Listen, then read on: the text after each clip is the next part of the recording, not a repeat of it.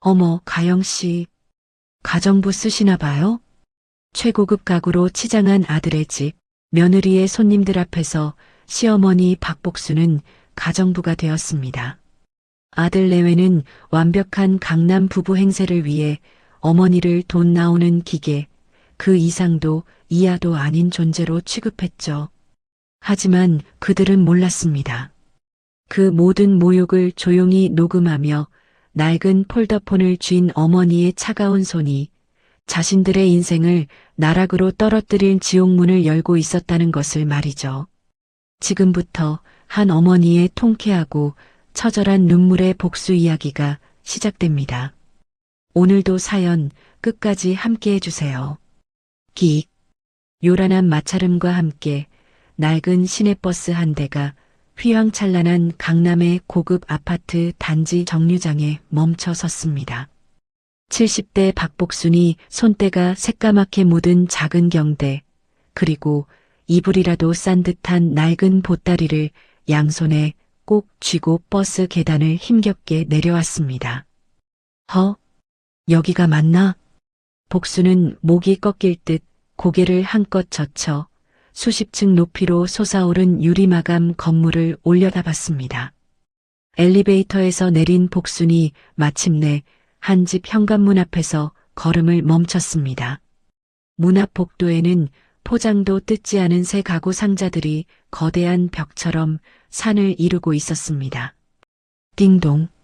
복순이 초인종을 누르자 잠시 후 문이 활짝 열렸습니다. 어머님 오셨어요?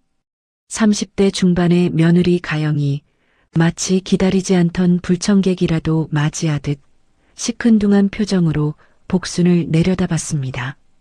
머리부터 발끝까지 방금 잡지에서 찍고 나온 듯한 고급 브랜드의 새 옷이 번쩍거리며 위압감을 풍겼습니다. 복순이 현관 안으로 들어서자 모델하우스처럼 텅 비고 넓은 거실이 한눈에 펼쳐졌습니다. 한쪽에선 인테리어 업체 직원들이 땀을 뻘뻘 흘리며 가구를 옮기느라 분주했죠. 가영이 그중 한 명을 붙잡고 의기양양하게 외쳤습니다. 기사님, 이것 좀 봐요. 이 소파, 이탈리아에서 직수입한 F사 제품인데 가죽 질감 보이죠? 이게 진짜 프리미엄이에요. 어쩜 앉기도 아깝네. 네, 사모님. 안목이 대단하십니다. 최고급 라인이라 다르네요. 직원이 멋쩍게 웃으며 고개를 끄덕였습니다. 가영은 멈추지 않고 다른 직원을 향해서도 목소리를 높였습니다. 저기 저 찬장, 저건 또 독일제거든요. 우리나라 제품하고는 비교가 안 돼요. 비교가. 격이 다르다니까 격이. 요란한 자랑이 거실을 쩌렁쩌렁 울렸습니다. 복순이 이 시끄러운 소란 속에서 낡은 보따리를 거실 바닥에 조용히 내려놓으며 물었습니다. 가영아, 내 짐은 어디다 두면 되겠니? 가영의 떠들썩하던 표정이 그 말 한마디에 순식간에 싸늘하게 구겨졌습니다.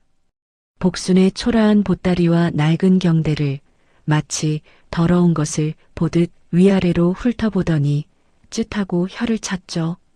어머님. 근데 어쩌죠? 가영이 팔짱을 딱 끼며 일부러 더 또박또박 무례하게 말을 이었습니다.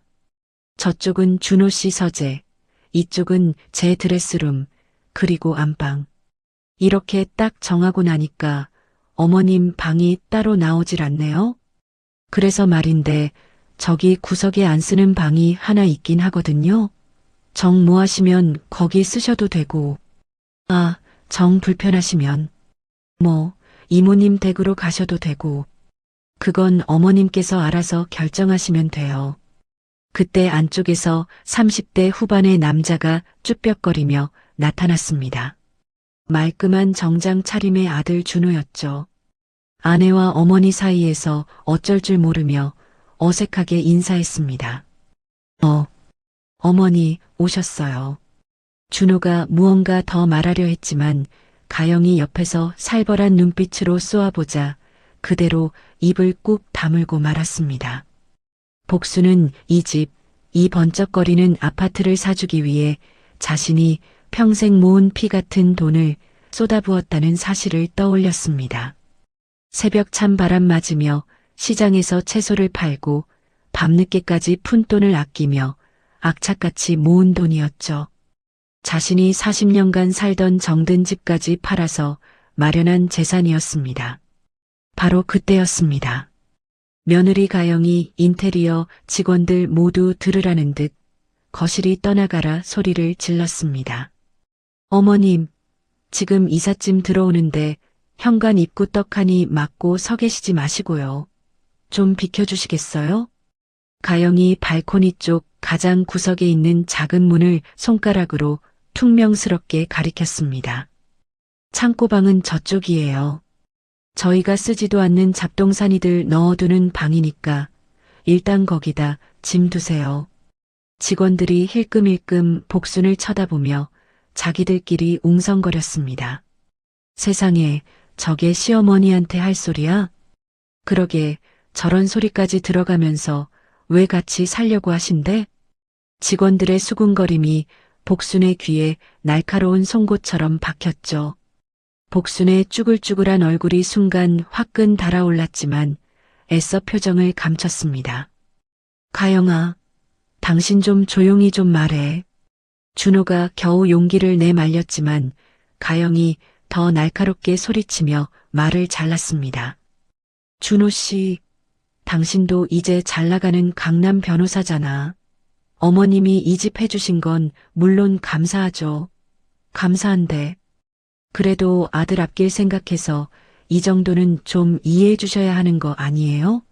이제 저희 집에 손님들도 많이 올 거란 말이에요. 가영이 다시 복순을 향해 도끼 어린 눈을 치켜떴고 복순이 떨리는 목소리로 겨우 대답했습니다. 알았다.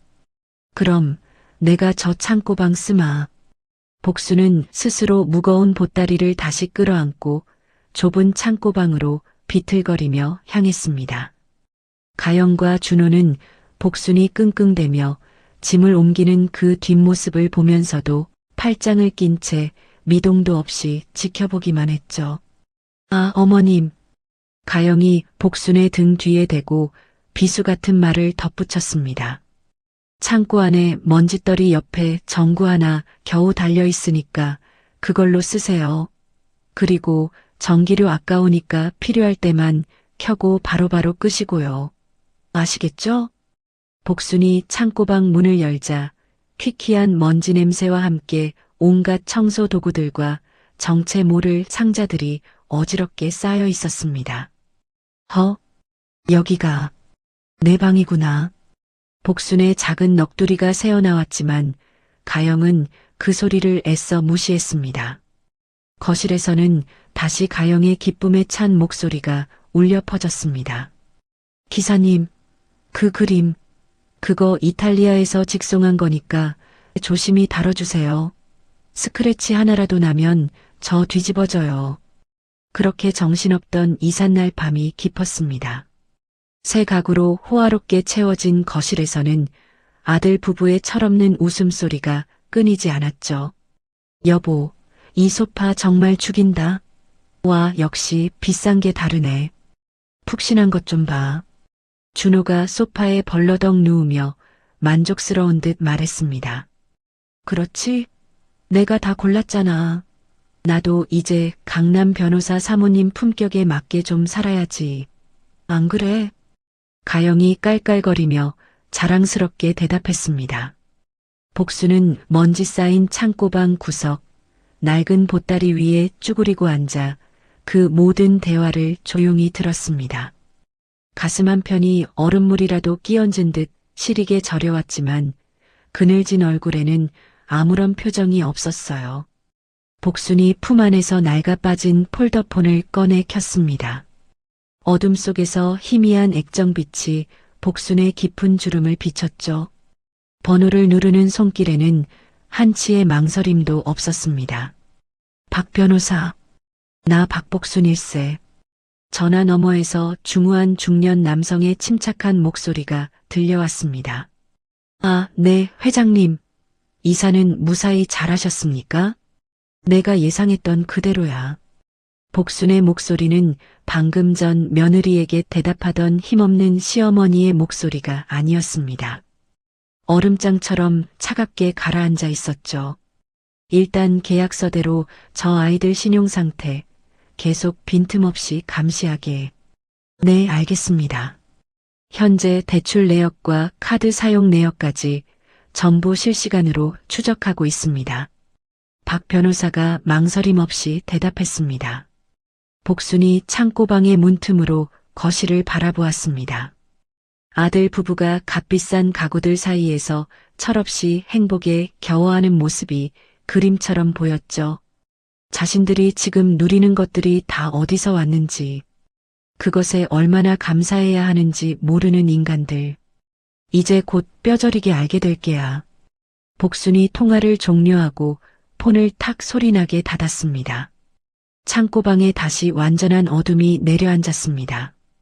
그렇게 아들 내외와 한 집에 살게 된 날부터 복순은 그 차가운 창고방에서 며칠을 보냈습니다. 어느 화창한 오후 며느리 가영이 평소보다 더욱 분주하게 거실을 쓸고 닦으며 부산을 떨었습니다. 거실 테이블 위에는 백화점 VVIP 라운지에서나 볼 법한 최고급 과자와 보기에도 화려한 수입 찻잔이 정성껏 차려져 있었죠. 오늘은 가영에게 아주 중요한 날이었습니다. 오늘은 정말 중요한 날이야. 신입 변호사 사모들, 첫 집들이 모임이거든. 내 급을 보여줄 첫 번째 기회라고. 가영이 전신 거울 앞에서 새로 산 값비싼 명품 원피스의 매무새를 확인하며 만족스러운 듯 중얼거렸습니다. 마침 출근 전이던 준호가 넥타이를 어설프게 매며 거실로 나왔습니다. 로펌 선배들 부인들이라며? 괜히 밉보이지 말고 신경 써서 잘 대접해. 걱정은 이 집 딱 보는 순간 다들 놀라서 입도 못 다물걸? 내가 얼마나 공들였는데. 가영이 자신만만한 미소를 지었습니다. 준호가 출근하고 얼마 지나지 않아 띵동, 띵동 현관벨이 경쾌하게 울렸습니다. 가영이 준비된 환한 미소를 지으며 문을 활짝 열었습니다. 어머, 혜진 씨. 어서 와요. 다들 일찍 오셨네요. 가영 씨, 웬일이야? 와, 이 아파트 로열층 맞죠?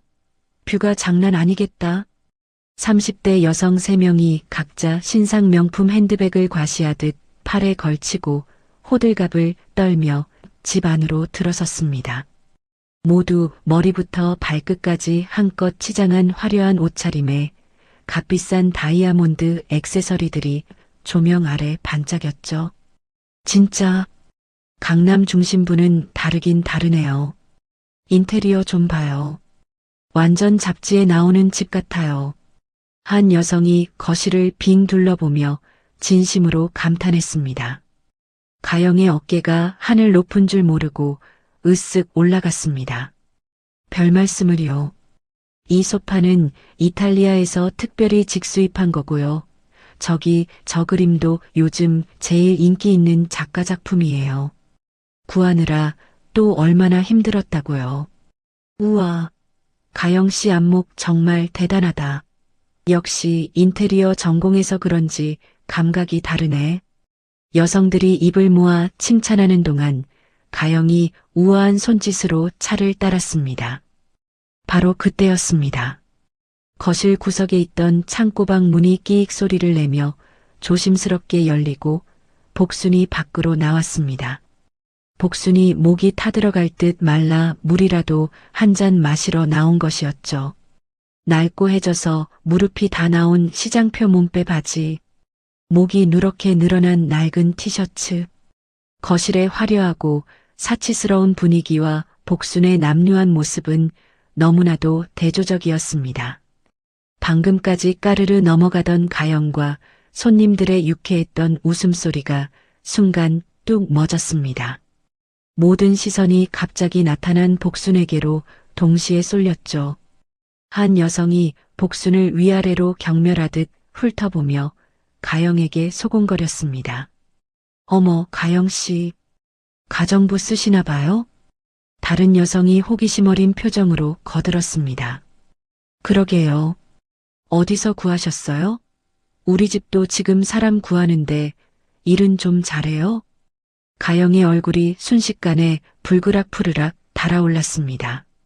이 완벽하고 격조 높은 자리에 시어머니가 저런 거짓골로 나타나다니 창피해서 쥐구멍이라도 숨고 싶었죠. 아, 네, 맞아요.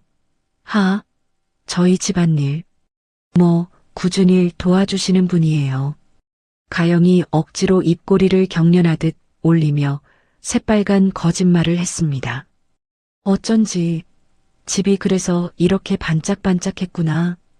역시 전문가는 다르네요. 가영 씨, 나중에 우리도 꼭 좀 소개해 주세요. 저분 연락처 좀 알려줘요. 네. 여성들이 아무것도 모른 채 웃으며 말했습니다. 복수는 그 모든 모욕적인 대화를 그 자리에 못 박힌 듯 서서 가만히 듣고 있었습니다. 복순이 말없이 고개를 푹 숙인 채 다시 퀴퀴한 창고방으로 향했습니다. 2시간쯤 지나 시끄럽고 요란했던 모임이 끝났습니다. 오늘 정말 즐거웠어요, 가영 씨. 소파랑 그림 정말 부러워요. 다음엔 우리 집에서 봐요. 손님들이 돌아가고 현관문이 철컥 닫히자마자 가영의 상냥했던 표정이 지옥의 악귀처럼 험악하게 돌변했습니다.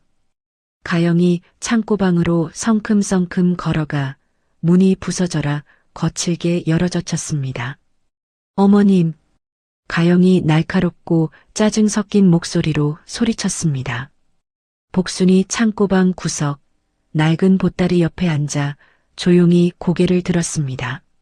제발 좀 눈치껏 행동하세요. 제가 손님 오시면 절대 나오지 마시라고 쥐 죽은 듯이 계시라고 말씀 안 드렸어요? 가영이 분을 참지 못하고 삿대질까지 해댔습니다. 아까 그 꼴이 뭐예요? 저 손님들 앞에서 저 완전 망신당했잖아요.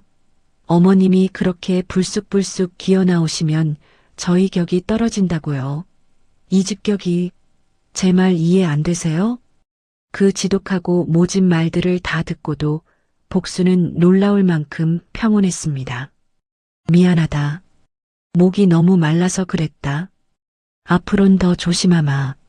정말 조심하세요. 다음에도 이러시면 저 정말 못 참아요. 아시겠어요? 가영이 쾅 소리가 나게 문을 닫고 나가버렸습니다. 복수는 혼자 남은 창고방에서 가만히 앉아 있었습니다. 가슴 깊은 곳에서 용암 같은 분노가 뜨겁게 끓어올랐죠. 복순이 낡은 보따리 안쪽 깊숙한 곳에서 손바닥만 한 작은 녹음기를 꺼냈습니다. 빨간 재생 버튼을 누르자 방금 전 가영이 쏟아낸 날카롭고 경멸적인 목소리가 방 안에 다시 울려 퍼졌습니다. 쥐 죽은 듯 가만히 계시라고. 저희 격이 떨어진다고요. 복순이 품에서 낡은 수첩을 펼쳤습니다. 볼펜을 꺼내 천천히 하지만 힘있는 글씨로 또박또박 적기 시작했어요.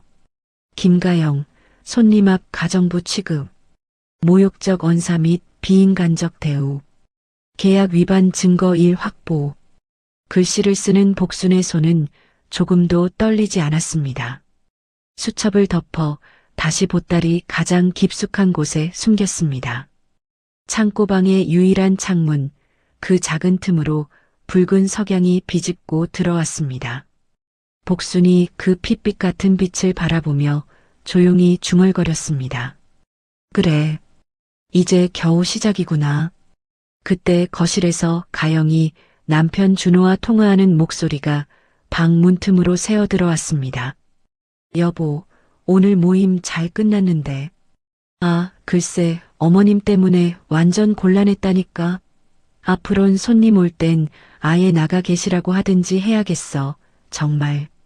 복순이 그 말을 들으며 입꼬리에 얼음장 같은 미소를 지었습니다.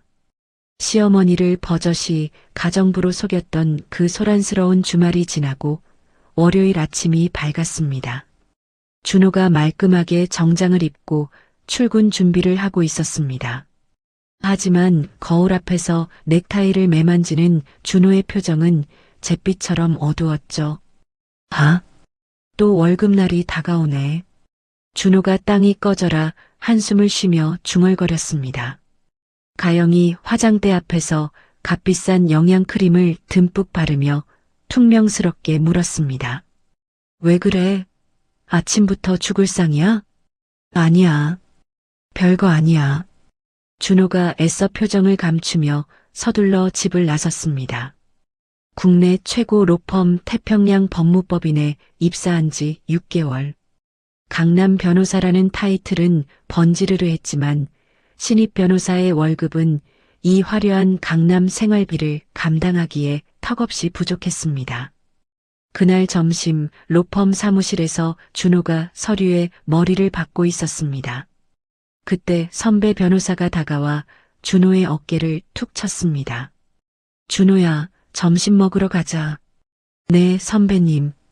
준호가 힘없이 일어서다 선배의 손목을 보고 멈칫했습니다. 번쩍이는 금장시계가 햇빛에 반사되어 눈을 찔렀죠. 선배님 시계. 정말 멋있네요. 아, 이거 롤렉스? 한 3천만 원 줬나? 선배가 별거 아니라는 듯 손목을 툭툭 털며 말했습니다. 야, 임마. 이 정도는 차고 있어야 의뢰인들이 우리 변호사들을 무시 안 한다니까? 이게 다 우리 급이야, 급. 그 이야기를 들은 준호의 가슴이 꽉 막힌 듯 답답해졌습니다. 그날 저녁 준호가 지친 몸을 이끌고 집에 돌아왔습니다. 소파에 털썩 주저앉기도 전에 현관문이 다시 열렸습니다. 여보, 나왔어. 가영이 백화점 쇼핑백을 대여섯 개나 양손 가득 들고 신이 나서 들어왔습니다. 오늘 VVIP 라운지에서 신상품 미리 보기 행사했는데 내가 이걸 딱 득템했지 뭐야. 또 샀어? 당신 제정신이야? 준호가 피곤한 표정으로 쇼핑백을 낚아챘습니다. 어머, 조심해. 이거 샤넬 신상이란 말이야. 가영이 소리치며 가장 큰 쇼핑백에서 파란색 가방을 꺼내 보였습니다. 이거 봐. 500만 원. 완전 예쁘지 않아? 이게 바로 강남 사모님 백이라고. 준호가 가격표를 보고 기가 막혀 소리쳤습니다. 야, 500만 원? 이게 지금 우리 형편에 말이 된다고 생각해? 당연하지. 이게 다 당신 품위 유지시켜주려는 내조라고. 가영이 조금도 지지 않고 허리에 손을 올린 채 당당하게 맞받아쳤습니다. 당신 변호사 사모가 어디 시장바닥 싸구려 가방 들고 다니면 그게 다 당신 얼굴에 먹칠하는 거야. 선배 부인들 모임 나가봐. 다 이런 거 들고 다닌단 말이야. 가영아, 제발. 내 월급으로 어떻게 이런 걸 다 감당해. 그럼 어떡해. 선배 부인들 앞에서 초라하게 있으라고? 난 못해. 다음 날 준호가 우편함에서 날아온 카드 명세서를 받아들고 손을 부들부들 떨었습니다. 이게 뭐야? 이번 달 카드값이 1,300만 원? 준호의 월급으로는 감당하기 어려운 카드값이었죠. 집 인테리어 한다고 은행 대출도 다 받아놓은 상태였기 때문에 이미 한계에 다다랐습니다. 결국 준호는 변호사라는 신용 하나를 담보로 이자가 비싼 제2금융권, 캐피털까지 손을 댔습니다. 그리고 며칠 뒤 모두가 잠든 한밤중 복순이 쥐 죽은 듯 조용히 창고방에서 나왔습니다. 아들 부부가 깊이 잠든 것을 확인한 복순이 현관 우편함을 열었습니다. 며칠 전 박 변호사를 통해 따로 요청해둔 준호의 신용정보 관련 자료들이 도착해 있었죠. 복순이 봉투를 뜯어보고는 두 눈을 의심했습니다. 그 안에는 멀쩡한 서류가 아닌 붉은 글씨의 경고장들이 가득했습니다. 대출 상환 독촉 안내장, 신용카드 연체료 납부 통지서, 현금 서비스 이용 명세서, 온갖 금융기관에서 날아온 독촉장들이 수두룩했습니다. 복순의 손이 분노로 파들파들 떨리기 시작했습니다. 이놈들이 정말 미쳤구나. 빚을 내서 사치를 해? 복순이 이를 악물었습니다. 카드값 명세서도 보니 모두 생활비와 사치품 구입이었습니다.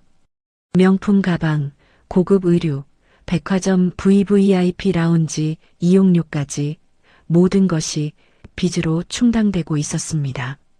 복순이 낡은 폴더폰을 꺼내 그 붉은 독촉장들을 하나하나 세심하게 촬영했습니다. 찰칵, 찰칵. 어둠 속에서 플래시가 터질 때마다 복순의 눈이 번뜩였습니다. 복순이 곧장 박 변호사에게 문자를 보냈습니다.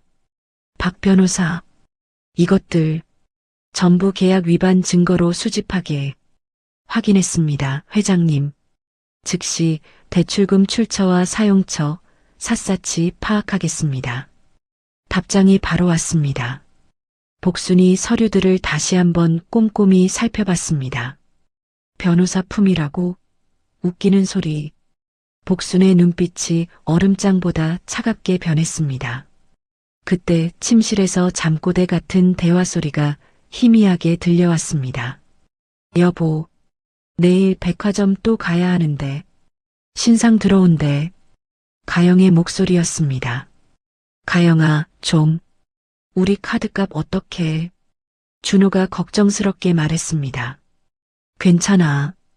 어차피 당신 변호사니까 돈 벌 기회 많잖아. 가영이 태연하게 대답했죠. 아들이 자신의 신용을 담보로 사채까지 쓰고 있다는 사실을 알게 된 그날 밤, 복수는 뜬 눈으로 밤을 지새웠습니다. 그리고 다음 날 저녁이 되었습니다. 준호가 평소와 달리 잔뜩 흥분한 표정으로 현관문을 열고 뛰어들어왔습니다. 가영이 소파에 드러누워 TV를 보고 있었죠. 가영아, 자기야, 엄청난 일이 생겼어. 준호가 넥타이를 풀지도 못한 채 숨을 헐떡이며 외쳤습니다. 왜? 무슨 일인데? 당신 월급이라도 올랐어? 가영이 리모컨을 내려놓으며 시큰둥하게 물었습니다. 그게 아니라 우리 로펌 대표님이 다음 주에 유럽 크루즈 여행을 가신대. 준호가 아이처럼 눈을 반짝이며 말했습니다. 그래서 대표가 여행 가는데 당신이 왜 그렇게 신이 나? 아, 답답하긴. 우리도 가야지. 다른 변호사 선배들도 같이 간다는데? 이런 기회에 대표님한테 눈도장 찍고 인맥 쌓는 게 진짜 투자라고. 알지? 준호가 가영의 손을 덥석 잡으며 설득했습니다. 그 말에 가영의 눈이 번쩍 뜨였습니다. 뭐? 크루즈? 유럽 크루즈 여행? 우와. 그렇지? 대표님이랑 같은 크루즈 타고 2주 동안 같이 지내면 나중에 내 승진에도 무조건 도움이 될 거야. 준호가 이미 승진이라도 한 듯 신이 나서 떠들었습니다. 가영이 벌떡 일어나 스마트폰을 꺼내 미친 듯이 검색하기 시작했습니다. 지중해 로열 크루즈.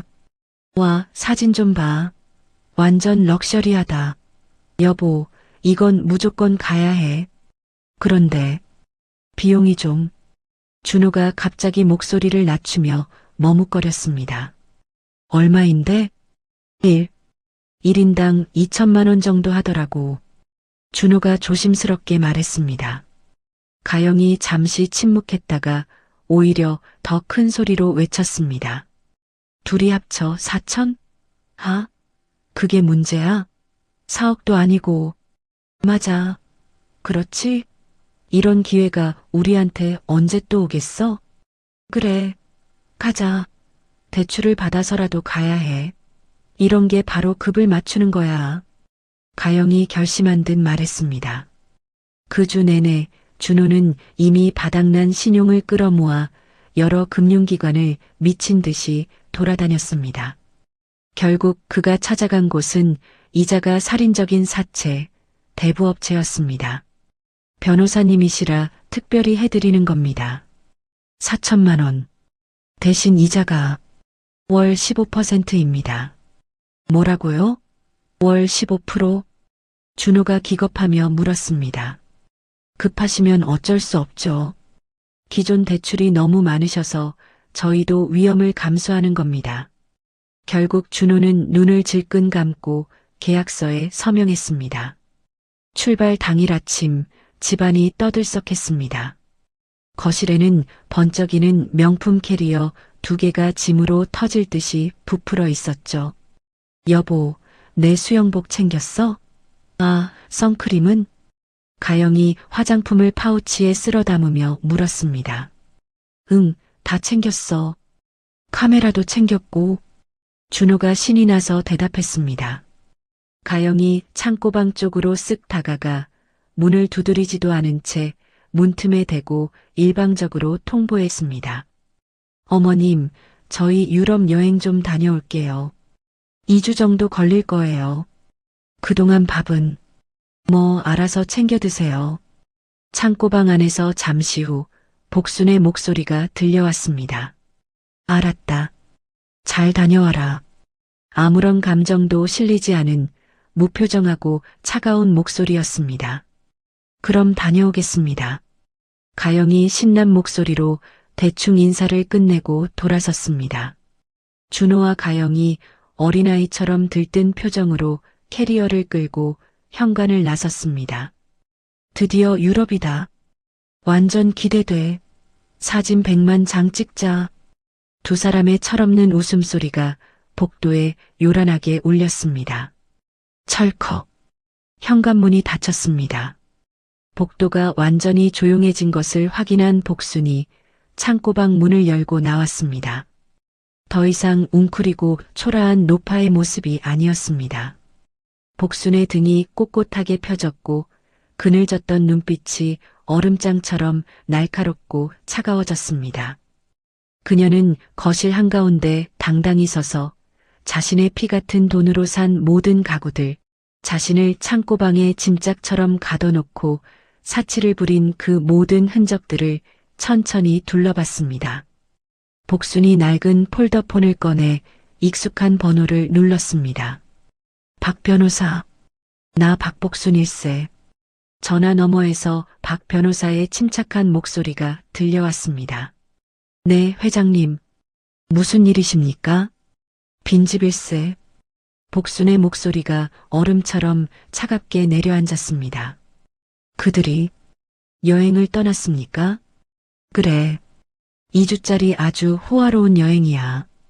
복순이 이탈리아제 소파에 천천히 앉으며 말했습니다. 이제 시작하지. 계약 위반에 따른 명도 집행. 당장 준비하게. 알겠습니다, 회장님. 모든 준비는 이미 완료되어 있습니다. 박 변호사가 확신에 찬 목소리로 대답했습니다. 그동안 수집한 증거들, 빚내서 사치한 내역, 나를 모욕한 녹음 파일, 전부 정리해서 법원에 제출하게. 부양 의무 불이행, 명백한 모욕적 처사, 불법 고금리 대출, 모든 계약 위반 사항이 완벽하게 문서화되어 있습니다. 좋아. 그럼 2주 후 그들이 돌아올 때 복순의 입꼬리에 차가운 미소가 걸렸습니다. 아주 완벽한 선물을 준비해 주자고. 전화를 끄는 복순이 창고방이 아닌 자신의 집 거실 소파에 깊숙이 앉았습니다. 그래, 이제 정말 시작이구나. 복순이 조용히 중얼거렸습니다. 아들 내외가 떠나버린 텅 빈 거실, 이탈리아제 고급 소파에 홀로 앉은 복순이 자신의 거친 손을 가만히 내려다보았습니다. 새벽 시장에서 채소를 다듬고 젖은 돈을 세던 손. 이 손으로 그 모든 것을 읽어냈습니다. 복순의 시간은 40년 전 을지로 청가물 시장의 한복판으로 거슬러 올라갑니다. 젊은 박복순이 갓난아기 준호를 등에 단단히 업고 작은 좌판 앞에 앉아 있었습니다. 자, 골라. 배추 한 포기에 1,000원. 오늘 막 들어온 싱싱한 배추. 복순이 떡두꺼비 같은 아들을 한번 흔들어 올리며 목이 터져라 외쳤습니다. 그때 옆 좌판의 김언니가 혀를 차며 다가왔습니다. 복순아, 애 좀 먹일 시간 아니야? 애 잡겠다, 애 잡아. 괜찮아요, 언니. 한 푼이라도 더 벌어야 우리 준호 분유감 떼죠. 조금만 더 팔고 들어갈게요. 복순이 흙 묻은 손으로 땀을 닦으며 씩씩하게 대답했습니다. 그때 술에 취한 듯한 한 남성이 좌판 앞에 섰습니다. 어이, 아줌마. 배추값 좀 깎아줘. 1,000원이 뭐야, 500원에 줘. 안 돼요. 정찰가예요. 다른 데 가서 알아보세요. 복순이 고개도 들지 않고 단호하게 말했습니다. 에이, 팍팍하게 구네. 조금만 깎아줘. 안 돼요. 손님 한 번 깎아주면 내일도 깎아달라고 할 거잖아요. 이 배추 정말 싱싱해요. 그렇게 싼 가격엔 못 팔아요. 복순의 단호한 목소리에 남자는 배추의 상태를 보고는 에잇, 그럼 그냥 줘요. 내가 믿고 산다 혀를 차며 배추를 구매하고 갔죠. 몇 년이 흘러 복순이네는 시장에서 가장 믿음직한 상인으로 소문이 났습니다. 한 번 한 약속은 손해가 나도 반드시 지키는 사람이었죠. 복순 씨, 우리 상인들끼리 개 한번 만들어 볼까? 복순 씨가 개주 좀 맡아줘. 당신만큼 신용 좋은 사람이 이 시장에 어딨어. 상인들이 너도 나도 복순에게 제안했습니다. 복순이 개주가 되어 상인들의 쌈짓돈을 관리하기 시작했습니다. 매달 정확한 날짜에 계금을 걷고 약속한 날에 단 10원도 틀리지 않고 정확히 지급했죠. 그러던 1997년 끔찍한 IMF 외환위기가 터졌습니다. 시장에 사람들의 발길이 뚝 끊기고 여기저기서 망했다는 곡소리가 터져나왔습니다. 복순아, 제발 나 좀 살려줘. 이번 달 개돈 좀 당겨 쓸 수 없을까? 가게가 망하게 생긴 옆집 정육점 해숙 사장님이 복순의 바짓가랑이를 붙잡고 눈물로 애원했습니다. 안 돼요, 형님. 이건 형님 돈이 아니라 우리 개원들 전부의 피 같은 돈이에요. 절대 함부로 못 써요. 복순이 눈물을 머금고 단호하게 거절했습니다. 제발, 우리 가게 문 닫으면 나 진짜 식구들 데리고 길거리에 나앉는다고. 복순이 깊은 한숨을 내쉬며 밤새 고민했습니다. 다음 날 흉악해 보이는 사채업자들이 기어코 시장 좌판으로 들이닥쳤습니다. 이 영감탱이가 어딜 째려고. 가게고 뭐고 다 부숴. 오늘 300만 원 안 내놓으면 이놈 다리 몽둥이를 부러뜨릴 줄 알아. 사채업자들이 좌판을 엎고 물건을 닥치는 대로 걷어차며 난동을 부렸습니다. 상인들은 겁에 질려 아무도 나서지 못했죠. 그때 복순이 개돈이 든 괴짝을 자신의 등 뒤로 막아서며 나섰습니다. 멈춰요. 그 사람 빚 내가 줄게요. 복순의 외침에 시장 전체가 조용해졌습니다. 뭐, 이 아줌마가 미쳤나? 네가 무슨 돈이 있어서. 사채업자가 복순을 비웃었습니다. 복순은 대꾸도 하지 않고 자신의 좌판 및 아무도 모르는 비밀 공간을 열었습니다. 그곳에는 10년 넘게 푼푼히 모아온 10,000원짜리 돈다발들이 빽빽하게 차 있었습니다. 아들 준호의 대학 등록금과 미래를 위해 밥을 굶어가며 악착같이 모은 복순의 목숨 같은 돈이었죠. 복순 씨, 안 돼. 그 돈은 준호 대학 보내려고. 해숙 언니가 기겁하며 말렸습니다. 복순이 그 돈다발을 꺼내 사채업자의 면전에 탁 소리나게 내던졌습니다. 세어봐. 300만 원 딱 맞을 거요. 복순이 사채업자를 서슬퍼런 눈으로 쏘아보며 말했습니다. 기백에 눌린 사채업자들이 잠시 주춤하다가 돈다발을 챙겨들고는 퇴침을 뱉고 사라졌습니다. 시장은 잠시 정적에 휩싸였습니다. 복순은 자신의 전 재산이자 아들의 미래였던 돈이 사라진 자리를 멍하니 바라봤습니다. 그때 빚을 졌던 해숙이 복순의 발 앞에 엎드렸습니다. 복순 씨, 아니 사장님, 내 은인, 나 때문에. 그 상인을 시작으로 시장의 모든 상인이 복순의 주위로 몰려들었습니다. 복사장, 복사장님이 우리 모두를 살렸어. 세상에 아들 등록금을 내줘서 우리 개를 지키다니. 진짜 고마워. 복사장 아니었으면 우리 다 망했을 거야. 시장의 모든 상인이 복순에게 사장이라는 호칭을 붙이며 머리를 숙였습니다. 점점 더 많은 사람이 내 돈 좀 맡아달라. 복사장님이 관리하면 안심이다라며 복순에게 돈을 맡겼습니다. 복순은 그 돈으로 시장 근처에 버려진 땅, 경매에 나온 낡은 상가들을 헐값에 사들이기 시작했습니다. 복사장, 그런 쓰레기 같은 땅 사서 뭐하게? 나중에 다 쓸 때가 있을 거예요. 복순이 의미심장하게 웃었습니다. 10년 후 그 쓰레기 같던 땅 위로 신도시 개발 붐이 일어났습니다. 사장님, 이 땅 파십시오. 평당 5천만 원에 사겠습니다. 아니, 1억 드릴게요. 평당 50만 원에 산 땅이 1억 원이 되었습니다. 복순은 그 돈으로 복순건설이라는 법인을 설립했습니다. 하지만 그때도 복순은 여전히 시장 좌판을 지켰습니다.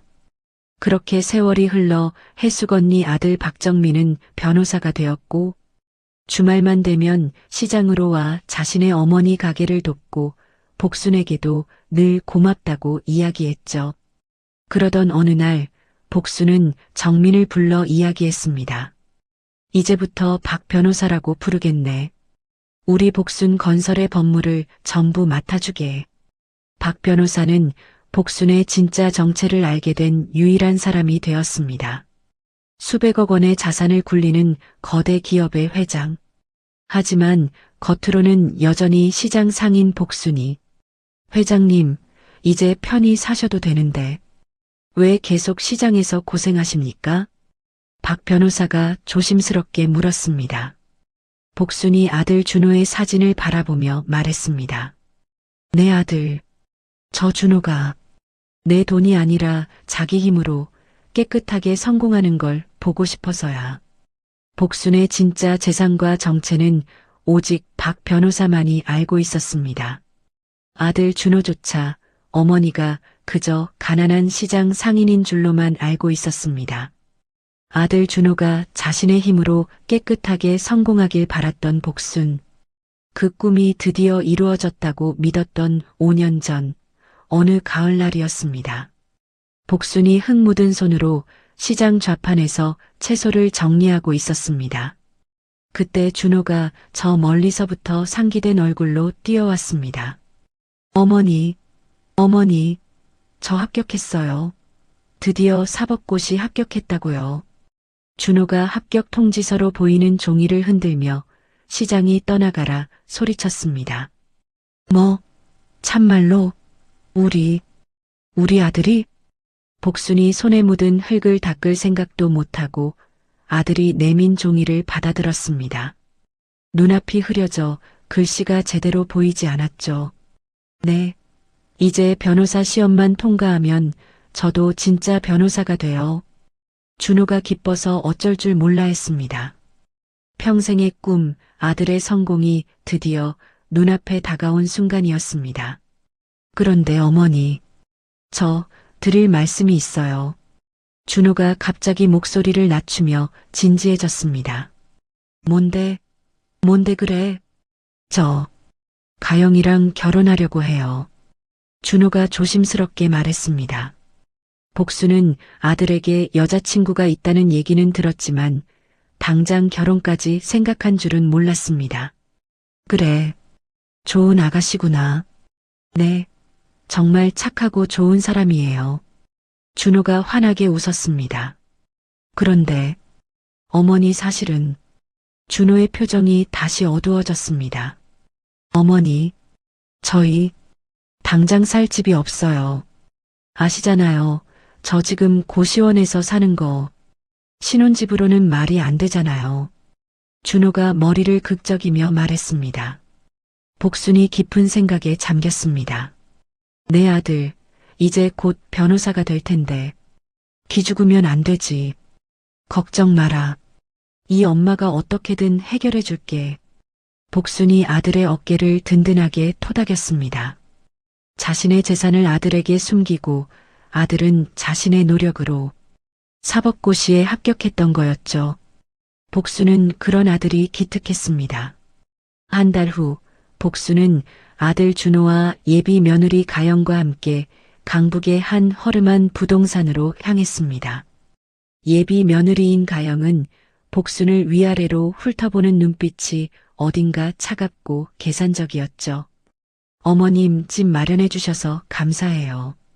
가영이 예의상하듯 형식적으로 인사했습니다. 부동산 중개인이 낡은 아파트 사진 몇 장을 보여주었습니다. 어머니가 시장분들에게 겨우겨우 돈을 융통해서 마련한 집이야. 강북이지만 15평짜리 소형 아파트라도 둘이 시작하기엔. 복순의 말이 채 끝나기도 전에 가영이 계약서를 낚아채듯 보더니 환하게 웃던 표정이 싸늘하게 굳어졌습니다. 강북, 이요? 15평? 가영의 목소리에 실망감이 노골적으로 묻어났습니다. 복수는 그 순간 예비 며느리의 눈에 떠오른 경멸과 실망감을 정확히 읽었습니다. 가영아, 우리 여기서 시작해서. 준호가 옆에서 가영의 눈치를 보며 달래려 했습니다. 준호 씨, 잠깐 나 좀 봐. 가영이 준호를 끌고 부동산 밖으로 나갔습니다. 복수는 문틈으로 들려오는 두 사람의 대화를 가만히 듣고 있었습니다. 준호 씨 미쳤어? 나보고 15평에서 시작하라고? 내 친구들은 다 강남 산단 말이야. 쪽팔려서 결혼한다고 말도 못하겠네. 가영아, 미안해. 내가 변호사 되면 금방.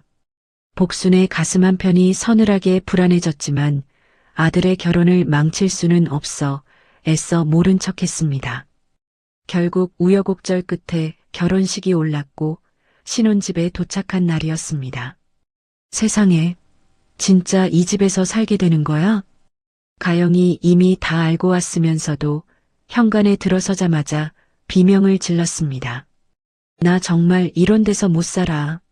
곰팡내 나는 것 좀 봐. 가영아, 미안해. 일단 짐부터 풀자. 응? 준호가 쩔쩔매며 달래려 했습니다. 복순이 조심스럽게 말했습니다. 가영아, 처음이니까. 조금 불편해도 참고 살아주면 안 되겠니? 어머님은 모르세요. 요즘 세상에 누가 이런 데서 시작해요? 가영이 시큰둥하게 쏘아붙였습니다. 복수는 아들이 중심을 잡아주기를 바랐지만 준호는 가영의 눈치만 살필 뿐이었습니다. 미안해, 가영아. 내가 어떻게든 빨리 해볼게. 몇 달 후 준호가 변호사 시험을 준비하며 독서실을 다니던 중이었습니다. 여보, 나 이 집 정말 싫어. 당장 답답해 죽겠다고. 가영의 불평은 끝이 없었습니다. 결국 준호는 어머니 몰래 그 낡은 아파트를 담보로 대출을 받았습니다. 그리고 그 돈으로 가영이 노래를 부르던 명품 가방을 사주었죠. 어머, 웬일이야. 이거 샤넬 신상이잖아. 당신 어떻게 샀어? 가영이 비명을 지르며 가방을 받아들었습니다. 그냥, 방법이 있어. 준호가 피곤한 얼굴로 얼버무렸습니다. 역시, 이래야 내 남편답지. 가영이 그제야 만족스러운 듯 웃었습니다. 복수는 그땐 몰랐습니다.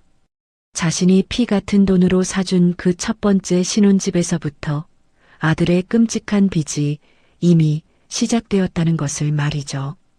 그 곰팡이 핀 강북의 낡은 아파트에서 빚에 쪼들리며 1년이 흘렀습니다.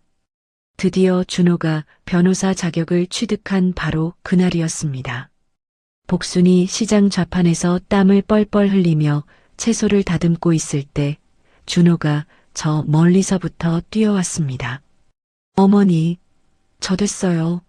어머니, 저 드디어 변호사 됐다고요. 준호가 파란색 변호사 자격증을 하늘 높이 흔들며 시장이 떠나가라 소리쳤습니다. 뭐, 참말로?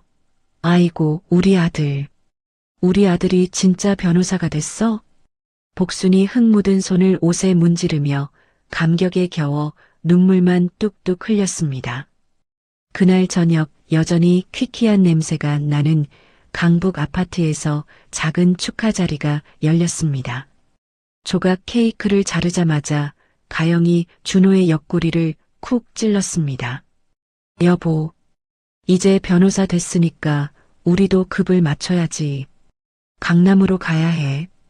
강남? 지금 갑자기 무슨 소리야? 준호가 의아해했습니다. 답답하긴. 대한민국 최고 변호사가 이런 곰팡내 나는 강북에 사는 거 격에 안 맞잖아. 당신 로펌 선배들도 다 강남 산다고. 가영이 당연하다는 듯 쏘아붙였습니다. 하지만 우리 돈 없잖아. 어머님 있잖아, 어머님.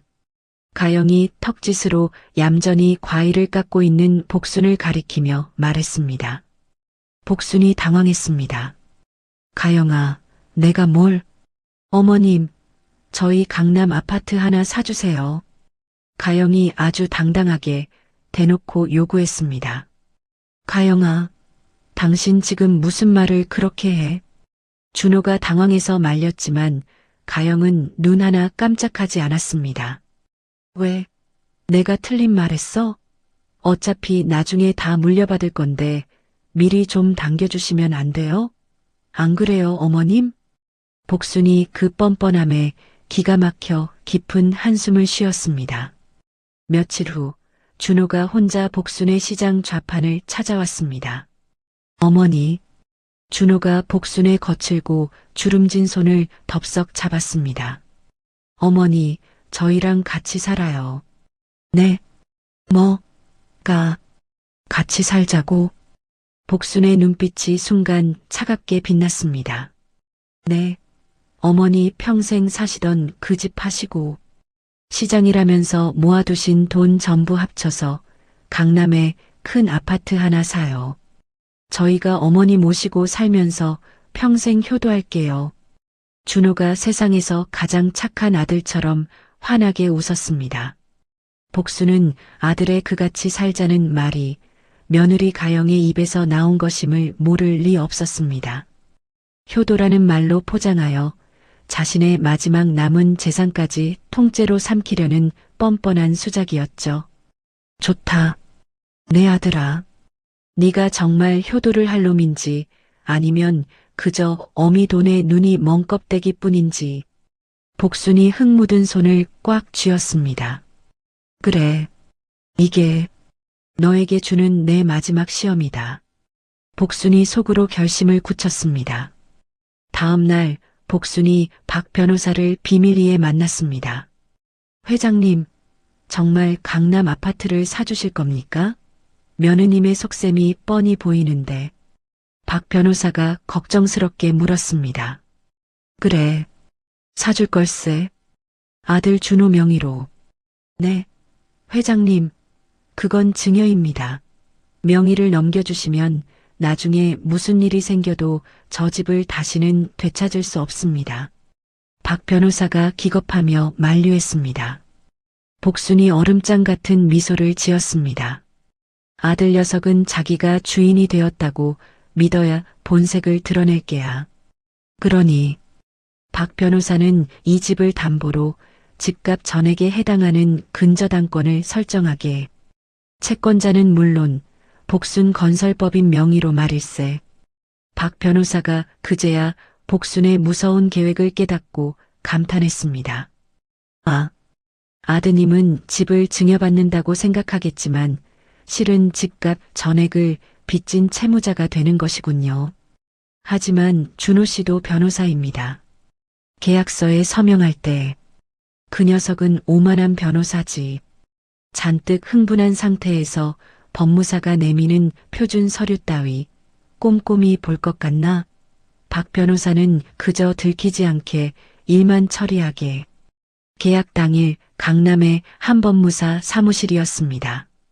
준호와 가영은 이미 샴페인이라도 터뜨릴 듯 잔뜩 상기되어 있었습니다. 복수는 구석에서 낡은 보따리를 든 채 묵묵히 앉아 있었습니다. 박 변호사에게 매수된 법무사가 서류 뭉치를 내밀었습니다. 자, 박준호 변호사님. 이쪽이 증여 계약서입니다. 어머님께서 아드님께 이 아파트를 증여하시는 겁니다. 명예 이전 서류죠. 네. 감사합니다. 준호는 증여 계약서라는 말에 입이 귀에 걸려 계약서를 읽는 둥 마는 둥 서명했습니다.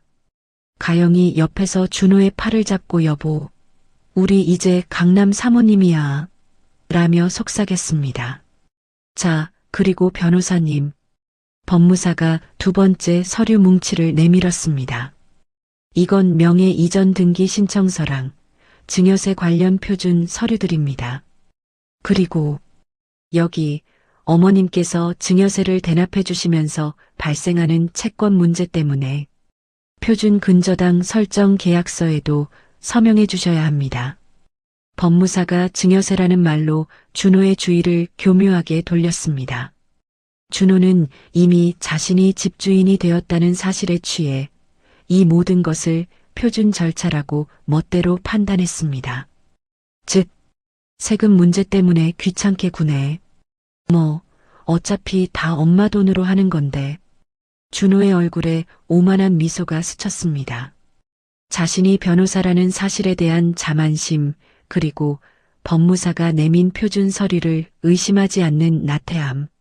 그는 근저당권 채권 최고액 30억 원이라고 적힌 가장 중요한 부분을 휙 넘겨버리고 법무사가 가리키는 마지막 장에 망설임 없이 서명했습니다. 복수는 그 모든 광경을 조용히 지켜봤습니다. 아들이 변호사라는 자신의 직함을 믿고 자신의 운명을 결정지을 계약서를 얼마나 오만하게 무시하는지 모든 것을 두 눈으로 똑똑히 확인했습니다. 와, 여보, 우리 드디어 강남 아파트 주인 됐다. 가영이 손뼉을 쳤습니다.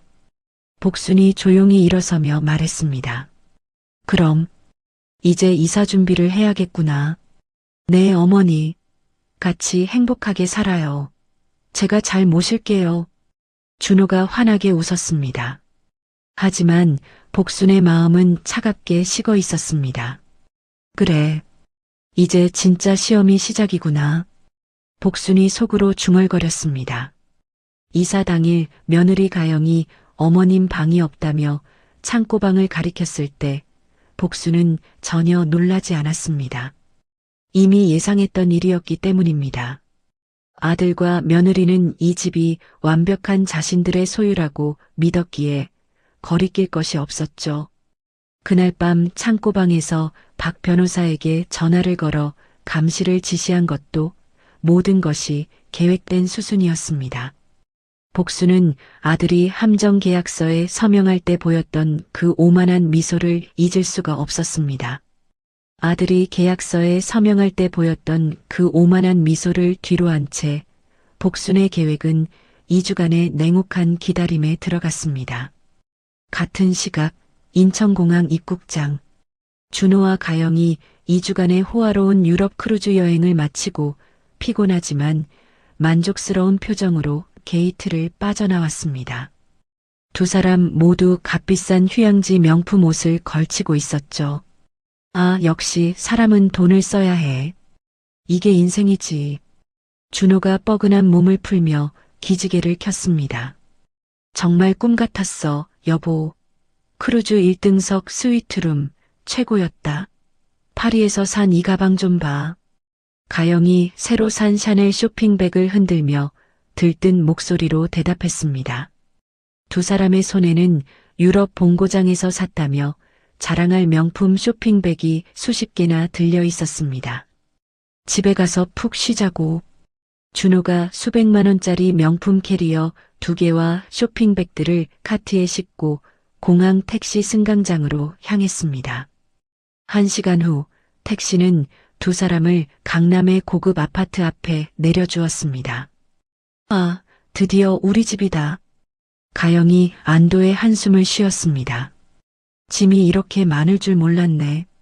준호가 끙끙대며 무거운 캐리어와 쇼핑백들을 끌고 엘리베이터에 올랐습니다. 마침내 현관문 앞에 선 준호가 여행의 피로를 풀 생각에 익숙하게 도어락 비밀번호를 눌렀습니다. 삐삐삐. 그런데 경쾌한 열림소리 대신 차가운 기계음이 흘러나왔습니다. 등록되지 않은 번호입니다. 뭐야?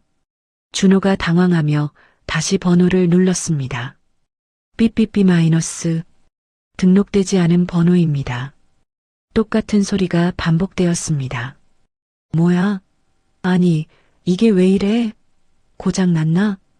준호가 인상을 쓰며 도어락을 손바닥으로 쳤습니다. 어머님, 저희 왔어요.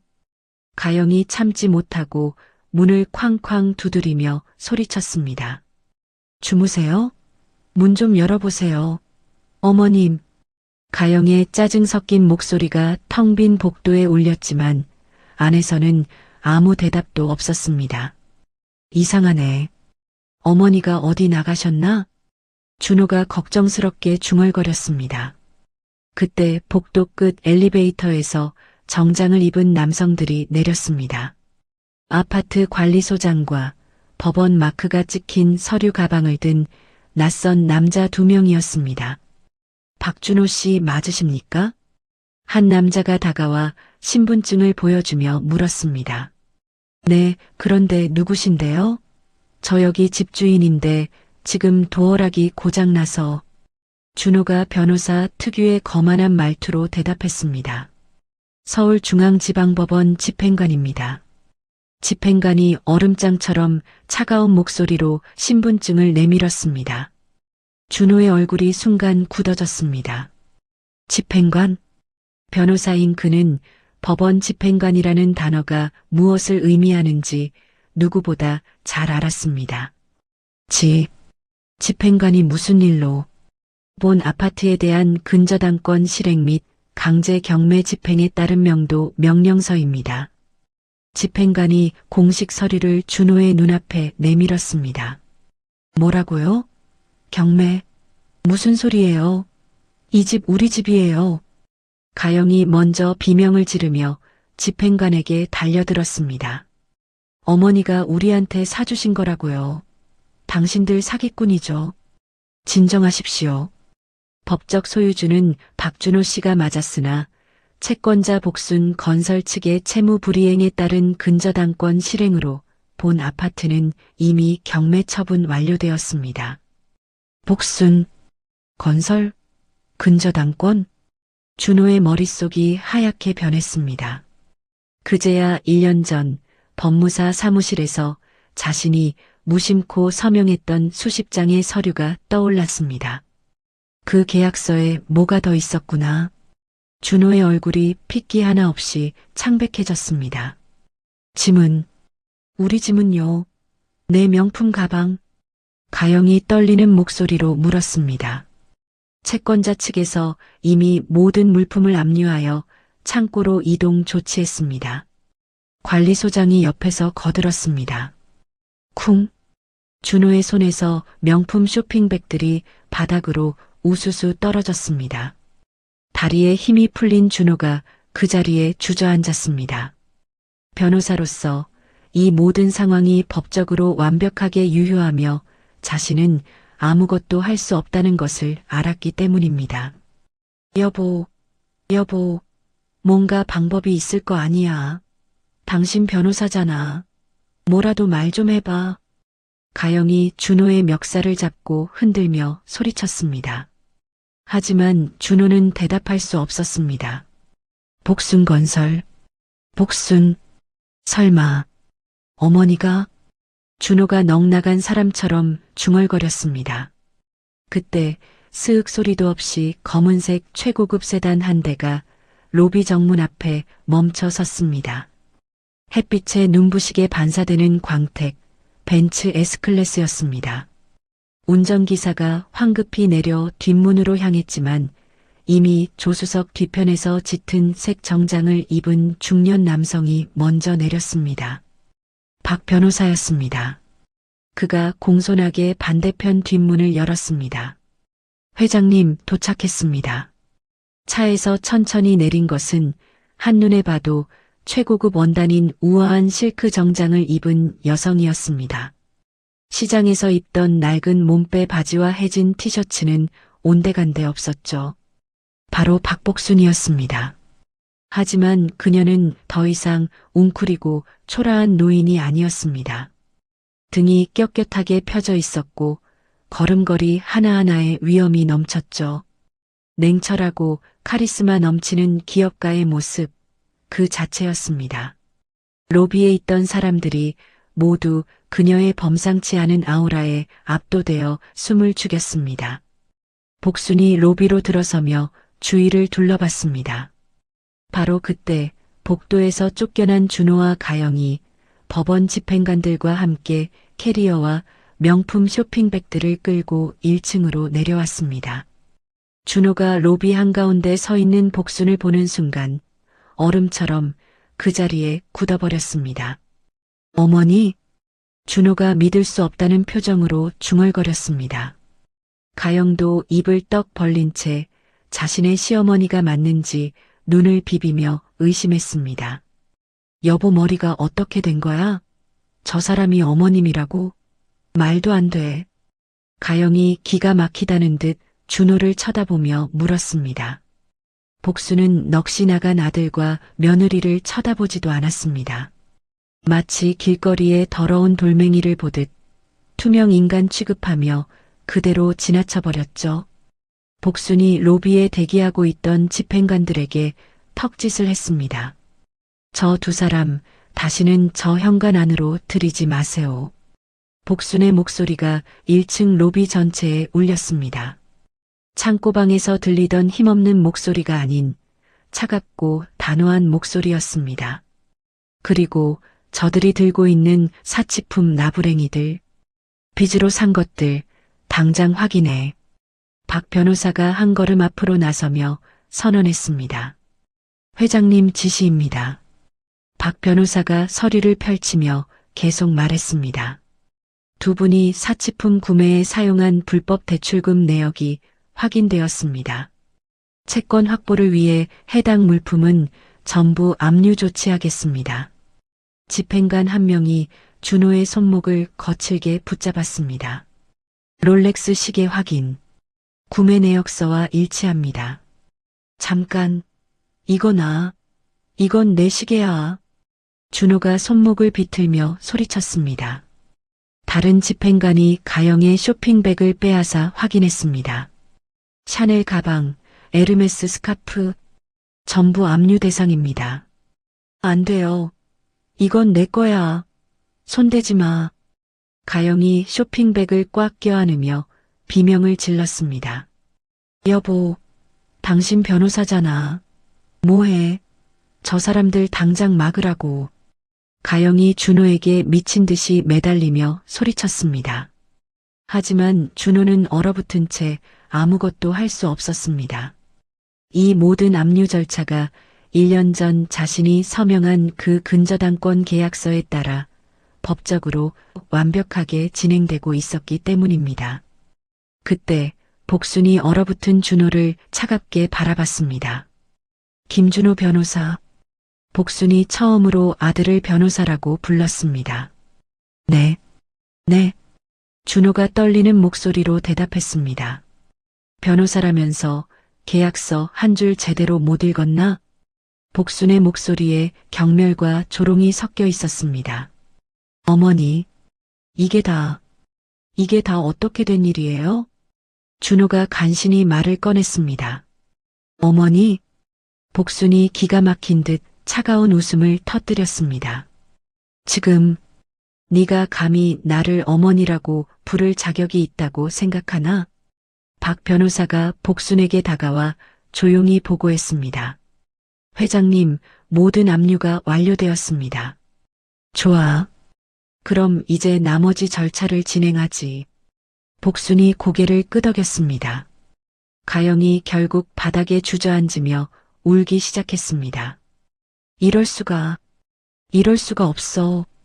준호도 다리에 힘이 풀려 벽에 기댔습니다. 복순이 로비를 나서며 바닥에 주저앉아 넋이 나간 아들을 향해 마지막으로 말했습니다. 앞으로는 복순 건설 박복순 회장이라고 부르거라. 그 말을 남기고 복순이 검은 세단에 올랐습니다. 차가 미끄러지듯 조용히 사라져갔습니다. 로비에는 빚으로 산 사치품마저 모두 빼앗긴 채 절망에 빠진 준호와 가영만이 텅 비어버린 캐리어와 함께 남아 있었습니다. 구경하던 주민들이 웅성거리며 이 모든 광경을 지켜보고 있었죠. 안 돼. 어머님 붙잡으라고. 여보, 뭐해? 가영이 넋이 나간 준호의 팔을 붙잡고 절규했습니다. 당신 변호사잖아. 저 사람들 당장 막아. 우리 집이라고. 가영의 비명에 그제야 준호가 정신이 든 듯 박 변호사와 집행관들을 향해 소리쳤습니다. 당신들 지금 미쳤어? 이 집은 내 명의야. 박준호, 내 이름으로 등기된 집이라고. 이건 명백한 불법 강제 집행이야. 당장 고소할 거야. 준호가 변호사로서의 지식을 총동원해 마지막 발악을 했습니다. 그때 박 변호사가 차가운 표정으로 준호에게 다가왔습니다. 명예? 물론 박준호 변호사님 명의가 맞습니다. 박 변호사가 서류 가방에서 다른 서류 한 장을 꺼내 준호의 눈앞에 펼쳐 보였습니다. 하지만 동시에 복순 건설을 채권자로 하는 채권 최고액 30억 원짜리 근저당이 잡힌 담보물이기도 하죠.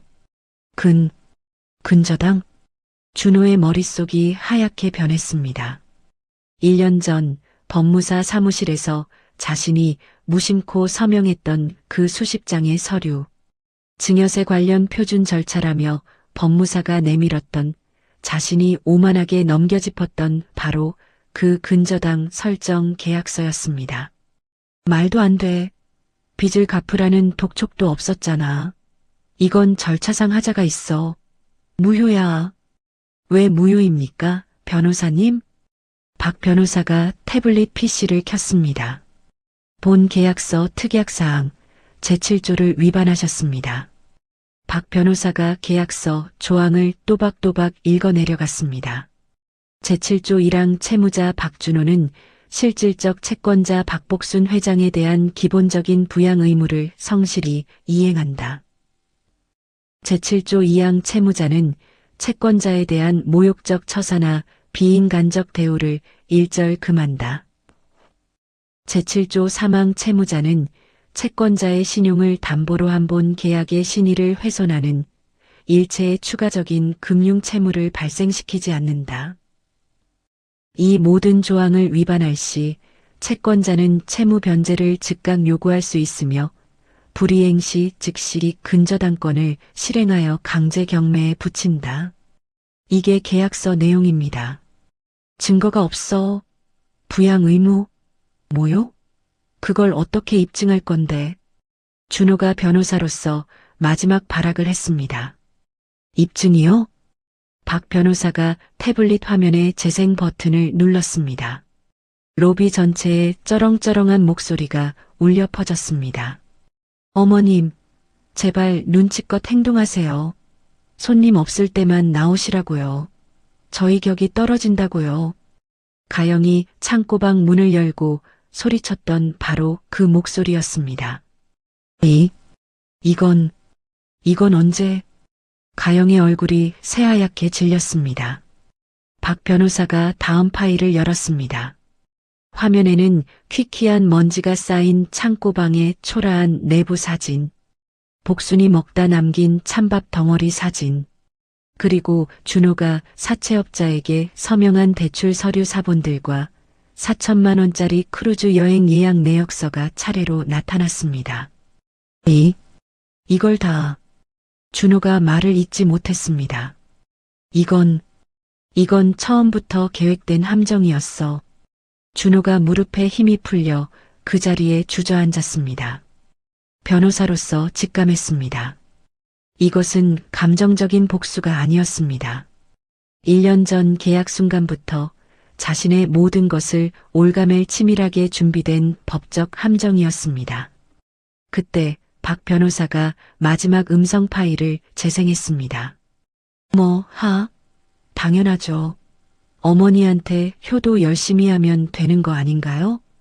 설마, 가난한 우리 엄마가 법무법인을 끼고 친아들인 나한테 법대로 하겠어? 1년 전 계약 당일 법무사 사무실에서 자신이 오만하게 웃으며 내뱉었던 준호 자신의 목소리였습니다. 준호의 얼굴이 불타는 듯 화끈거렸습니다. 그때부터 모든 걸 녹음하고 있었다는 거야? 회장님께서는 아드님을 끝까지 믿어보고 싶어 하셨습니다. 박 변호사가 태블릿을 끄며 담담하게 말했습니다. 하지만 아드님께서는 그 믿음을 저버리셨죠. 회장님께서는 아드님보다 20년 먼저 변호사들과 일해오셨습니다. 이럴 수가. 시어머니가 이런 무서운 사람이었다니. 가영이 바닥에 주저앉아 실성한 듯 울기 시작했습니다. 모든 절차는 법적으로 완벽합니다. 박 변호사가 서류를 정리하며 말했습니다. 이의 제기를 하셔도 승소 가능성은 제로에 가깝습니다. 변호사님. 준호는 자신의 오만함이 이 모든 것을 초래했다는 것을 깨달았습니다. 변호사라는 자부심이 어머니를 얕보게 만들었고 그것이 파멸의 시작이었습니다. 이제 정말 끝인 건가요? 준호가 절망적인 목소리로 물었습니다. 박 변호사가 자신의 서류 가방을 탁 닫으며 차갑게 말했습니다. 끝이 아닙니다.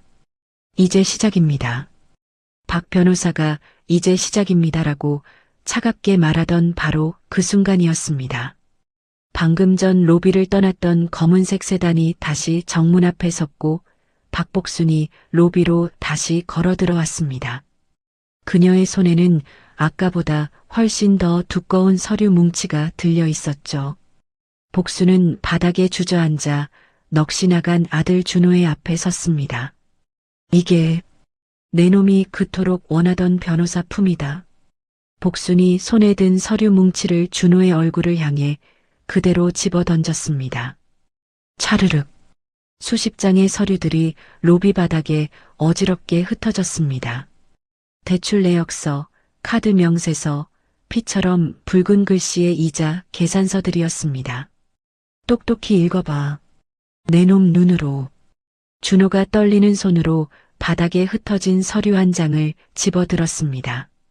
내 놈들이 사치를 부리느라 몰래 쓴 카드깡, 제2금융권 대출, 사채. 복순이 바닥의 서류를 구둣발로 툭툭 차며 하나하나 짚었습니다. 그 이자까지 합쳐서 총 10억 원. 10억? 준호의 얼굴이 하얗게 질려버렸습니다. 그 빚, 오늘부로 전부 복순 건설 이름으로 대신 변제했다. 그건 또 무슨, 그쵸? 어머니가 다 갚아주신 거죠? 준호와 가영이 순간 안도의 미소를 짓는 사이 박 변호사가 한 걸음 앞으로 나서며 법적 사실을 냉정하게 고지했습니다. 이제 두 분은 이 아파트의 무단 점유자일 뿐만 아니라 동시에 복순건설에 10억 원의 빚을 진 채무자이기도 합니다. 가영이 서류를 보며 비명을 질렀습니다. 10억이라고? 그럴 리가 없어요. 우리가 언제 그렇게 많은 돈을 썼다고. 두 분이 쓰신 돈은 원금만 8억 원이 넘습니다. 박 변호사가 기계처럼 설명했습니다. 나머지는 그간 연체된 고금리 대출의 살인적인 복리 이자와 수수료까지 모두 포함된 금액입니다. 복순이 박 변호사에게 차갑게 지시했습니다. 박 변호사. 네, 회장님. 저 두 사람 채무 불이행 및 사기 혐의로 당장 고소 준비하고, 그리고 김준호 변호사는 복순이 준호를 경멸하듯 내려다보며 말했습니다. 당장 자니가 다니는 로펌에 불법 고금리 대출 및 변호사 품위 손상으로 징계위원회 소집 요청하게. 지금 당장. 그 말에 준호의 얼굴에서 모든 핏기가 사라졌습니다. 어머니, 안 돼요. 준호가 그제야 정신이 든 듯 복순의 바짓가랑이를 붙잡고 빌기 시작했습니다. 저 변호사 자격 박탈당하면 저 정말 아무것도 아니에요. 제발 그것만은 지금 와서 비는 거니? 복순이 자신의 다리를 붙잡은 준호의 손을 구둣발로 거칠게 떼어내며 뿌리쳤습니다. 어머니, 제가 잘못했어요. 네, 제가 어리석었어요. 제발 다시 한번 기회를 주세요. 준호가 바닥에 머리를 찌우며 눈물 콧물을 쏟아냈습니다. 복순의 시선이 아파트 위층, 자신이 갇혀 지냈던 그 차가운 창고방이 있는 곳을 향했습니다. 내 놈이 날 그냥 ATM 기계로 생각했을 때 복순의 목소리가 지옥에서 울리는 듯 낮게 깔렸습니다. 내 아들로서의 인생은 그날로 끝난 거야. 잘못은 법대로 처리해야지. 준호가 바닥에 엎드린 채 울부짖었습니다. 어머님, 어떻게 저희한테 이렇게까지 하실 수 있어요? 이렇게까지? 복순이 가영을 매섭게 노려봤습니다. 내가 너한테 가정부 취급당하고 격 떨어진다는 소리를 들으며 당한 건 그렇게 해도 되는 거였니? 박 변호사가 자신의 휴대폰을 꺼내며 말했습니다. 회장님, 지금 즉시 태평양 법무법인 윤리징계위원회에 요청서를 발송하겠습니다. 그래, 보내게. 복순이 단호하게 대답했습니다. 안 돼. 준호가 바닥을 기며 복순에게 다시 매달렸습니다. 어머니, 다시 생각해 보세요. 저 아들이잖아요. 제가 다 잘못했어요. 이제 와서 아들. 복순이 냉소했습니다. 내 아내가 날 벌레 보듯 하녀 취급할 때는 넌 어디서 뭘 하고 있었지? 박 변호사가 복순에게 고개를 숙이며 보고했습니다. 회장님, 징계위원회 요청이 공식 접수되었습니다. 내일 오전에 바로 소환 통지가 갈 예정입니다. 준호가 절망적인 표정으로 고개를 들었습니다. 어머니, 정말 끝까지 가실 건가요? 끝까지? 복순이 준호를 내려다봤습니다. 이제 겨우 시작인데. 복순이 뒤돌아서며 마지막으로 말했습니다. 앞으로 10억을 다 갚을 때까지 매달 살인적인 이자를 납부하게 될 게다. 그리고 내 놈들이 나한테 한 모든 짓들 앞으로 뼈저리게 똑같이 되돌려받을 각오나 해. 복순이 박 변호사와 함께 유유히 로비를 나섰습니다. 준호와 가영은 압류 딱지가 붙은 텅 빈 캐리어와 함께 차가운 로비 바닥에 그대로 무너져 내렸습니다. 변호사 자격, 강남 아파트, 모든 명품들까지 한순간에 잃어버렸습니다. 그리고 10억이라는 천문학적인 빚까지 떠안게 되었습니다. 완전한 파멸. 그 절망적인 상황에서 가영이 마지막 카드를 꺼내 들었습니다. 가영이 바닥을 기어가듯 복순에게 달려가 그녀의 발 앞에 쿵소리가 나게 무릎을 꿇었습니다. 어머님, 제가 다 잘못했어요. 가영이 방금 전까지의 도끼는 온데간데 없이 눈물 콧물을 쏟아내며 빌기 시작했습니다. 준호 씨는 아무 잘못 없어요. 다 제가 시킨 거예요. 남편은 그냥 제 말에 노란한 바보예요. 너무 착해서 그런 거예요. 그러니 저를 벌하시고 준호 씨는 한 번만 용서해 주세요.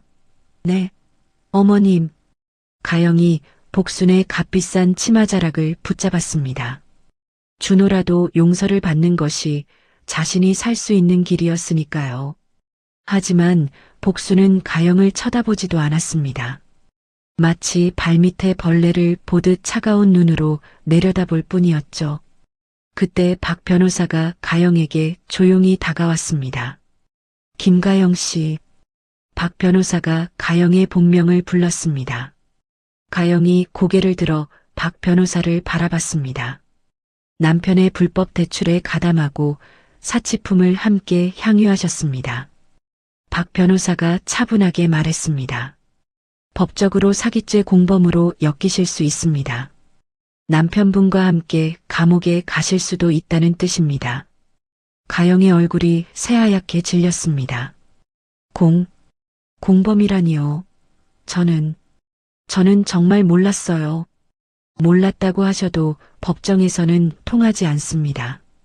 박 변호사가 서류 가방에서 서류 3장을 꺼냈습니다. 하지만 박 변호사가 서류들을 가영의 눈앞에 펼쳐 보였습니다. 여기 10억 원 채무 연대보증서, 이혼 서류, 그리고 박 변호사가 마지막 한 장을 가리켰습니다. 남편 박준호의 모든 불법 행위를 증언하는 사실 확인서입니다. 지금 이 이혼 서류와 사실 확인서에 도장을 찍으시면 김가영 씨의 채무를 갚을 의무는 깨끗하게 없애드리죠. 박 변호사가 주머니에서 펜 하나를 꺼내 서류 위에 굴렸습니다. 가영은 1초도 망설이지 않았습니다. 10억 그 빚은 그녀가 평생 갚아도 못 갚을 돈이었습니다. 이 인간은 끝났어. 가영의 눈빛이 냉정하게 변했습니다. 준호 씨, 미안하게 됐어. 가영이 차갑게 말했습니다. 난 살아야겠어. 가영이 박 변호사가 내민 펜을 낚아챘습니다. 그리고 망설임 없이 남편의 모든 불법 행위를 고발하는 확인서에 자신의 이름을 또박또박 적었습니다. 김가영. 이혼 서류에도 망설임 없이 도장을 찍었습니다. 준호가 그 모습을 보고 믿을 수 없다는 듯 절규했습니다. 가영아, 자기야, 너까지 어떻게 나한테 이래? 안 돼. 준호가 아내를 향해 기어가려 했지만 다리에 힘이 들어가지 않았습니다. 미안해. 당신은 변호사잖아. 가영이 차갑게 대답했습니다. 알아서 잘 살아남아 봐. 10억, 난 못 갚아. 박 변호사가 서류를 확인하고 고개를 끄덕였습니다. 확인되었습니다. 김가영 씨는 채무에서 제외됩니다. 가영이 안도의 한숨을 내쉬며 일어섰습니다. 압류당하지 않은 자신의 작은 핸드백 하나만 챙겨 들었죠. 그럼 저는 이만. 가영이 돌아보지도 않고 아파트 로비를 뛰쳐나갔습니다. 가영아. 준호의 울부짖음이 텅 빈 로비에 울렸지만 가영은 단 한 번도 뒤돌아보지 않았습니다. 복순이 바닥에 무너진 아들을 내려다봤습니다. 이제 똑똑히 보았느냐? 복순의 목소리에 조금의 감정도 없었습니다. 네가 어미를 버리고 선택한 여자의 마지막 모습이다. 준호가 고개를 들어 어머니를 바라봤습니다. 눈물과 콧물로 범벅이 된 얼굴이었습니다. 어머니, 이제 정말 아무것도 없습니다.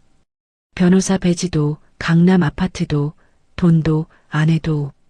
준호의 목소리가 점점 작아졌습니다. 그리고 어머니까지. 복순이 짐승처럼 울부짖는 아들을 외면하고 뒤돌아섰습니다. 네가 자초한 길이야. 복순이 로비를 나가려다 멈춰서서 박 변호사를 불렀습니다. 박 변호사. 네, 회장님. 저 10억 빚 갚아야지. 본인 몸으로라도. 복순의 시선이 준호에게 향했습니다. 내일부터 김준호, 복순 건설 채석장으로 출근시키게. 알겠습니다, 회장님. 복순과 박 변호사가 로비를 나갔습니다. 변호사 자격증, 강남 아파트, 모든 재산, 아내, 그리고 어머니까지. 준호는 한순간에 모든 것을 잃고 맨몸으로 텅 빈 아파트 로비에 버려졌습니다. 채석장, 10억? 채석장. 준호가 천장을 바라보며 실성한 듯 중얼거렸습니다. 이제 정말 끝이구나. 로비에는 준호의 절망적인 울음소리만 울려 퍼졌습니다. 1년 후 서울 외곽의 복순 건설 채석장. 7월의 폭염이 작업장을 달구고 있었습니다. 먼지가 자욱한 채석장에서 안전모를 쓴 한 남자가 땀으로 범벅이 되어 돌을 나르고 있었습니다. 기계처럼 반복되는 동작이었습니다. 무거운 돌덩이를 들어 올리고 트럭까지 운반하고 다시 돌아와서 또 다른 돌을 짚는 일의 연속이었습니다. 한때 고급 정장을 입고 법원을 드나들던 변호사의 손은 이제 거칠고 옹이가 박여 있었습니다. 손톱 사이에는 돌가루가 끼어 있었고 손바닥에는 굳은 살이 박혀 있었습니다. 김준호였습니다. 변호사 자격이 정지된 후 10억의 빚을 갚기 위해 이곳에서 가장 힘든 일을 하고 있었습니다. 월급 300만 원 중 200만 원은 빚 변제로 빠져나갔습니다. 김준호, 쉬지 말고 계속해. 현장 감독이 소리쳤습니다. 네. 준호가 힘없는 목소리로 대답했습니다. 다시 무거운 돌을 집어들었습니다. 등과 허리가 끊어질 것 같았지만 멈출 수 없었습니다. 그때 채석장 입구에 검은색 세단 한 대가 멈춰 섰습니다. 운전기사가 뒷문을 열자 회장이라고 적힌 안전모를 쓴 복순이 내렸습니다. 뒤이어 박 변호사도 내렸습니다. 현장 소장이 달려와 90도로 허리를 숙였습니다. 회장님, 오늘 현장 점검 나오셨네요. 오늘 작업량은 어떤가? 복순이 차분하게 물었습니다. 예정량의 110% 달성했습니다. 현장 소장이 자랑스럽게 보고했습니다. 인부들 관리 상태는 모두 성실하게 일하고 있습니다. 현장 소장이 브리핑을 계속하는 동안 복순의 시선은 한 곳에 고정되어 있었습니다. 먼지 속에서 묵묵히 돌을 나르는 아들 준호의 뒷모습이었습니다. 준호는 어머니가 온 것을 눈치채지 못했습니다. 아니, 어쩌면 눈치챘지만 감히 돌아볼 엄두를 내지 못하는 것 같았습니다. 그저 자신에게 주어진 일에만 몰두하고 있었습니다. 박 변호사가 복순의 귓가에 조용히 다가와 보고했습니다. 회장님, 김준호 씨 지난달에도 200만 원 정확히 상환했습니다. 그래. 복순이 무표정하게 대답했습니다. 1년간 단 하루도 쉬지 않았습니다. 박 변호사가 계속 보고했습니다. 복순은 아무런 표정 변화 없이 아들을 바라봤습니다. 죽지만 않으면 됐지. 복순이 얼음장처럼 차갑게 내뱉었습니다. 박 변호사가 조심스럽게 말하려 했습니다. 이제 그만. 안 돼. 복순이 박 변호사의 말을 잘랐습니다. 땀 흘려 번 돈 300만 원이 얼마나 무겁다는 걸 깨달아야지. 복순의 목소리에 흔들림이 없었습니다. 잘 지켜봐 주게. 박 변호사가 고개를 끄덕였습니다. 알겠습니다. 복순이 마지막으로 아들을 바라본 후 차로 향했습니다. 현장 소장이 공손하게 인사했습니다. 수고하셨습니다. 복순이 차에 오르는 순간 준호가 잠시 일을 멈추고 거친 숨을 몰아쉬었습니다. 등 뒤에서 느껴지던 시선이 사라진 것을 느꼈을까요? 준호가 손등으로 얼굴을 닦았습니다. 땀인지 눈물인지 모를 것이 흘러내렸습니다. 잠시 하늘을 올려다본 준호가 다시 무거운 돌을 집어들었습니다. 검은 세단이 먼지를 일으키며 채석장을 떠났습니다. 채석장에는 다시 망치 소리와 기계 소리만 울려 퍼졌죠. 준호는 묵묵히 자신의 일을 계속했습니다. 이것이 아들을 향한 마지막 자비인지 아니면 살아서 지옥을 견디라는 가장 잔인한 형벌인지 알 수 없었습니다. 그렇게 복수는 묵묵히 아들을 지켜볼 뿐이었습니다. 오늘 이야기 어떠셨나요? 혹시 끝까지 함께 해주신 분이 계시다면 잘 들었다고 댓글 하나만 남겨주세요. 여러분에게도 따뜻하고 빛나는 날들이 찾아올 거예요. 구독과 좋아요는 다음 이야기를 이어가는 큰 힘이 됩니다. 지금까지 오늘도 사연이었습니다. 더 깊고 따뜻한 이야기로 다시 찾아뵐게요. 편안한 하루 보내세요. 감사합니다.